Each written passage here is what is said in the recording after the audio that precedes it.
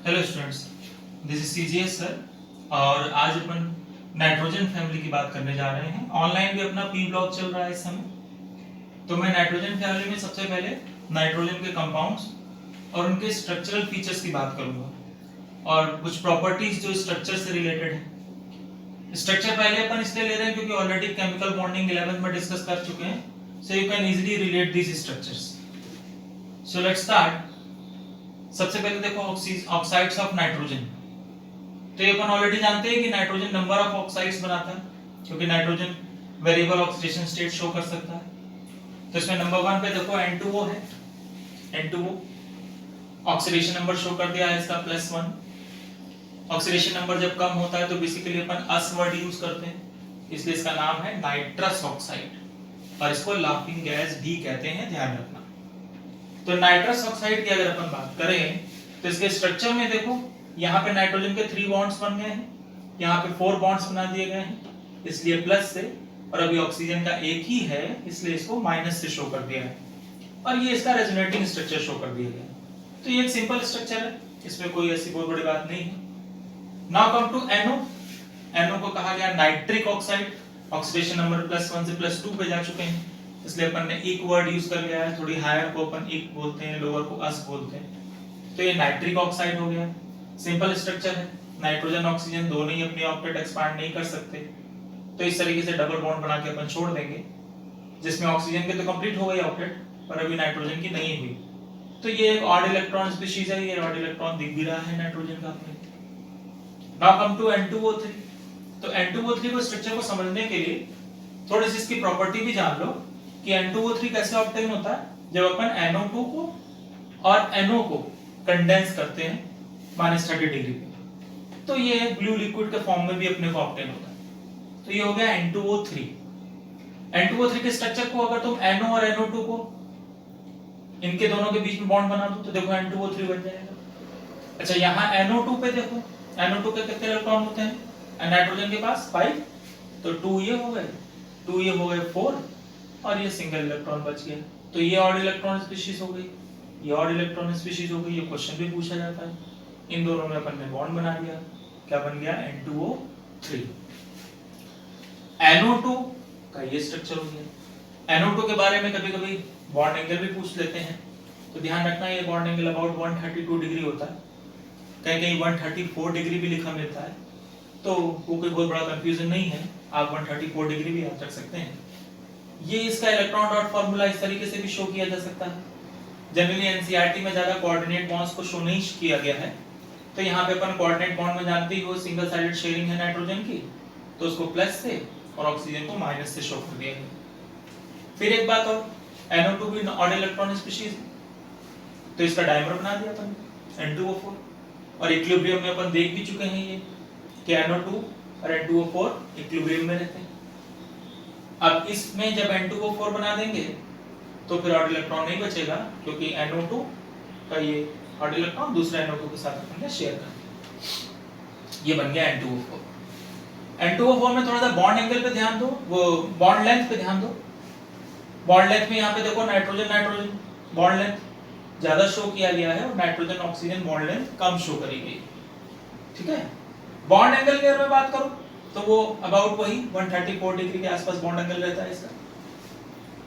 अब आ जाओ अगर N2O5 पे, तो N2O5 को अगर पर्टिकुलरली देखो तो देखो इतना पोर्शन ये NO2 का हो गया, ये वाला, अब बीच में ऑक्सीजन को शेयर कर दिया गया है, तो NO2 में ये ऑड इलेक्ट्रॉन जो कि इस ऑक्सीजन से शेयर कर लिया, वैसा इधर भी हो गया।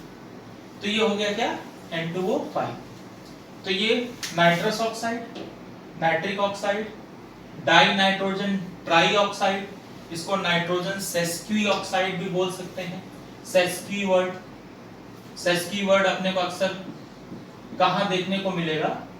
इस रेशियो को ध्यान दो, 1:1.5 है, तो वहां पे अपन सेस्क्वी ऑक्साइड इसको बोल सकते हैं। NO2 नाइट्रोजन डाई ऑक्साइड हो गया, ये इसका डाइमर हो गया, और N2O5 डाई नाइट्रोजन पेंटा ऑक्साइड। अब अगर मैं इनकी थोड़ी बहुत प्रॉपर्टीज की बात करूं तो ये मैंने बताया लाफिंग गैस है, नाइट्रिक ऑक्साइड भी गैस है। ये कैसे बना था? NO और NO2 को लो टेम्परेचर पे कंडेंस करने से बना। तो ये ब्लू कलर लिक्विड -30 डिग्री पे। NO2 ध्यान रखना, NO2 के बारे में अगर पूछे तो एक क्वेश्चन ऑड इलेक्ट्रॉन, दूसरा this is a brown colour gas. तो आपको इसके क्वेश्चंस में अगर कलर्ड गैस की बात करेंगे नाइट्रोजन के ऑक्साइड में तो तुमको ब्राउन कलर गैस NO2 देखने को मिलेगा। Now come to N2O4, N2O5। अगर N2O5 की मैं बात करूं तो N2O5 क्रिस्टलाइन स्टेज में होता है, कलरलेस क्रिस्टलाइन, पर 30 डिग्री पर ये मेल्ट हो जाता है और 40 पर डिकम्पोज हो जाता है। अब अगर मैं इसको डिकम्पोज करूं तो कैसे डिकम्पोज कर सकता हूं? देखो N2O5 है मेरे पास, इसको ब्रेक करो NO2 को और बची क्या? ऑक्सीजन। तो इसको मैं कैसे ब्रेक कर सकता हूं? Just like this, 2NO2 plus half O2, या रिएक्शन को आप 2 से मल्टीप्लाई करके बैलेंस कर सकते हैं। तो इस तरीके से भी N2O5 को स्ट्रक्चर याद किया जा सकता है कि ये डिकम्पोजिशन पे NO2 और फ्री ऑक्सीजन दे रहा है। एक क्वेश्चन ऐसे भी बन सकता है कि इसका डिकम्पोजिशन पे क्या मिला, मेरे को एक ब्राउन कलर गैस मिली और एक कलरलेस गैस मिली। इस तरीके से क्वेश्चंस को जेई में और नीट में करके पूछ सकते हैं कि इसका डिकम्पोजिशन से कैसी गैसेस मिल रही है। तो ये क्वेश्चन एक बन सकता है, ठीक है। Now come to oxo acids. तो अगर मैं ऑक्सो एसिड्स की बात करूं तो कई बार क्या करते हैं, एसिड्स को ऑक्साइड से रिलेट करते हैं, क्योंकि बेसिकली अपन जानते हैं कि नॉन मेटल के ऑक्साइड जनरली एसिडिक होते हैं, तो उनके ऑक्सो एसिड्स अपने को मिलते हैं और ऑक्सो एसिड में ये OH बॉन्ड अपने को देखने को मिलेगा। तो अगर मैं इनको रिलेट करने लगूं तो उसका बेटर तरीका होता है कि ऑक्सीडेशन नंबर से रिलेट कर लूं। फॉर एग्जांपल यहाँ पे देखो ऑक्सीडेशन नंबर कितना है, +5। इस +5 को अगर समझना हो तो यहाँ कैसे समझ सकते हैं, भाई डबल बॉन्ड है, ऑक्सीजन मोर इलेक्ट्रोनेगेटिव है, तो ऑक्सीडेशन नंबर में यहाँ क्या देंगे अपन, -2। ये सिंगल बॉन्ड है, इसको क्या देंगे, -1, इसको -1, इसके रेस्पेक्ट में नाइट्रोजन +1, -2, यहाँ नाइट्रोजन +2, यहाँ पे -2 और +2, क्योंकि सिंगल साइडेड पेयर की शेयरिंग है। तो ओवरऑल क्या आ गया यहाँ पे +5। मींस -2 लिख सकते हो, -1 लिख सकते हो, -2 लिख सकते हो। तो नाइट्रोजन का ऑक्सीडेशन नंबर कितना आ गया, +5। ऑक्सीजन और हाइड्रोजन में देखना है तो ज्यादा इलेक्ट्रोनेगेटिव ऑक्सीजन है, तो इस पे ऑक्सीडेशन नंबर अपन और क्या शो कर सकते हैं, -1, और इसके रेस्पेक्ट में हाइड्रोजन पे +1। तो पर्टिकुलरली नाइट्रोजन की बात करें तो +5। अब +5 स्टेट का ऑक्साइड देखो, किसमें नाइट्रोजन पे +5 आ रहा है, तो देखो वहां से देखते हुए चले आओ, तो यहाँ पे अपने को देखने को मिला कि यहाँ पे ऑक्सीडेशन नंबर कितना मिल गया मुझे, +5। तो अब अगर मैं इसमें देखूं तो मैं ये कह सकता हूं कि N2O5 को अगर मैं वाटर में ऐड करूं तो मुझे नाइट्रिक एसिड मिल सकता है, ठीक है। या मैं कह सकता हूं कि नाइट्रिक एसिड का एनहाइड्राइड क्या हो सकता है, N2O5। तो इस तरीके से अपन इन दोनों को रिलेट कर सकते हैं। कई बार कॉलम मैचिंग में भी आ जाता है कि एक तरफ एसिड्स लिख दिए, एक तरफ ऑक्साइड्स लिख दिए, तो कहा गया बताओ किस एसिड का कौन सा एनहाइड्राइड है, तो उसको अपन ऑक्सीडेशन नंबर से इजीली ऑक्सीडेशन नंबर से अपन रिलेट कर सकते हैं। फॉर एग्जांपल इसको मैंने रिलेट कर दिया था N2O5 और HNO3 को। अब अगर HNO2 में देखूं तो यहाँ पे देखो ऑक्सीडेशन नंबर +3 आ रहा है, तो +3 के ऑक्सीडेशन नंबर के लिए अपन यहाँ पे N2O3 पे जा सकते हैं।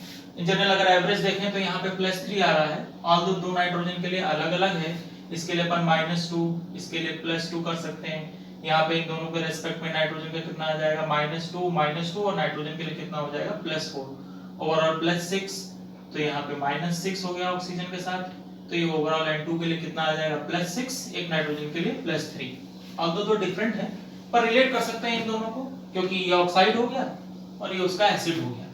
अच्छा, HNO2 रूम टेम्परेचर पे ज्यादा स्टेबल नहीं होता है, इसको नाइट्रस एसिड कहते हैं।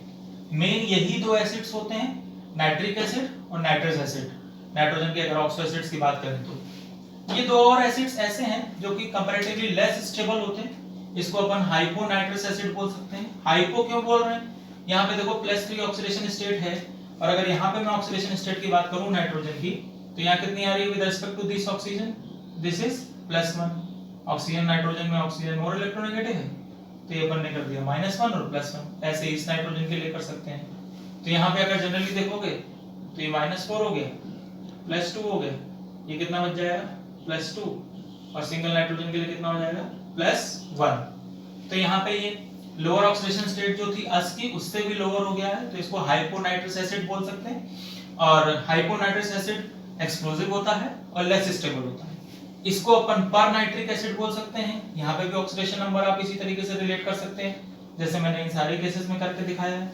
ये भी एक्सप्लोसिव होता है, लेस स्टेबल होता है। तो मेनली ये 2 एसिड्स अपन नाइट्रोजन के ऑक्सो एसिड्स में पढ़ते हैं। अब अगर मैं बोलूं कि NO2, अब NO2 के ऑक्सीडेशन नंबर देखो कितना है +4 है नाइट्रोजन का। और नाइट्रोजन के जो 2 मेन एसिड्स हैं नाइट्रिक और नाइट्रस, इसमें एक में +5 है, इसमें +3 है। तो मैं NO2 को अगर रिलेट करने लगूं तो एक तरीके से ट्रिक लगा सकते हैं कि एक एवरेज रूट लगाया +5 और +3 डिवाइडेड बाय 2 +4 आ गई। तो NO2 इस तरीके से मिक्स्ड एनहाइड्राइड भी कहलाता है। मतलब NO2 को अगर मैं वाटर में ऐड करूं तो उससे ये दोनों एसिड्स मुझे मिल सकते हैं। तो एसिड्स और उनके ऑक्साइड्स को अपन इस तरीके से भी रिलेट कर सकते हैं कि कौन सा ऑक्साइड और उसका ऑक्सो एसिड कौन सा है, या एसिड और उसका एनहाइड्राइड। कॉलम मैचिंग में भी ऐसे क्वेश्चन देखने को मिलते हैं। नेक्स्ट वीडियो में फिर अपन फास्फोरस के स्ट्रक्चर्स डिस्कस करेंगे।